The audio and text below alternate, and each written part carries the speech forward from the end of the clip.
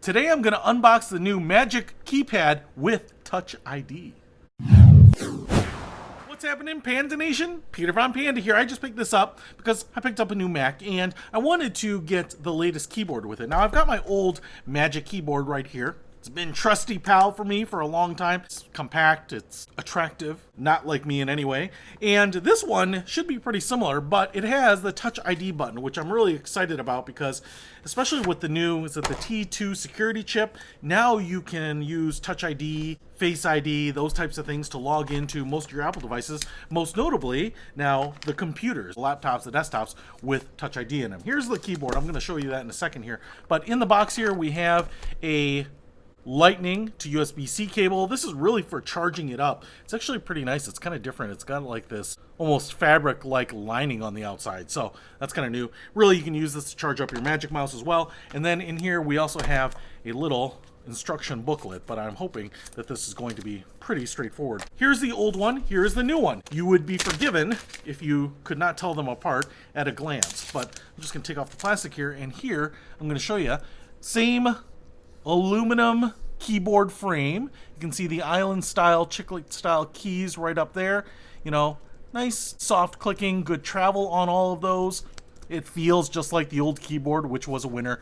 Plastic on the bottom, white with little silicone feet, Apple logo right there, so it won't slide around much. It does have just a little bit of a pie shape, wedge shape to it, so this edge is pretty thin. I would call this like 3 or 4 millimeters, and so it rises up a little bit. Plenty of space here to put your palms on your desk and be in a nice comfortable position. I would say that the difference between the new one and the old one is that the corners are just a little bit more rounded on the new one.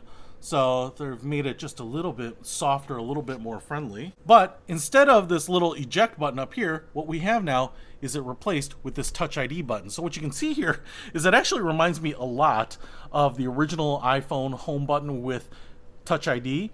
What you can see here is I think we have some sort of like translucent white centerpiece, and I think that's going to be your fingerprint scanner, and it has just a little bit of a chrome chamfered edge around it.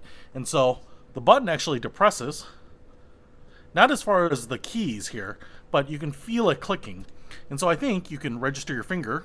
Might be easiest with your index finger there. I think some people might want to use their thumb. I think you can register maybe multiple fingerprints, but what I like about this is that I can just click it, put my finger on there, scan it, log into my computer. You know, it's kind of like logging into your computer with your Apple Watch, but it's just going to save you time from retyping passwords. And if you're like me, sometimes you are so used to typing it in so often, you rush through it, and for whatever reason, it doesn't catch all the numbers right, or it's lagging, or it's just a little bit of a lag when the screen comes to life and allows you to input, so it misses that first letter. And so something like this, I think, is going to save me from retyping sometimes. So it's hopefully going to be really convenient for you just to get back to work, back to play that much quicker. On this end, we have the power switch and then also the lightning port right there to charge it up. So that's a look at the Magic Keypad with Touch ID sensor. If you want to pick it up, I'll put a link to it in the description below. Peter Von Panda, out. We can discover more and explore so much deeper. We can live better than ever thanks to Peter. Peter Von Panda. Peter Von Panda. Today I'm gonna unbox. Hey, unbox? Yeah!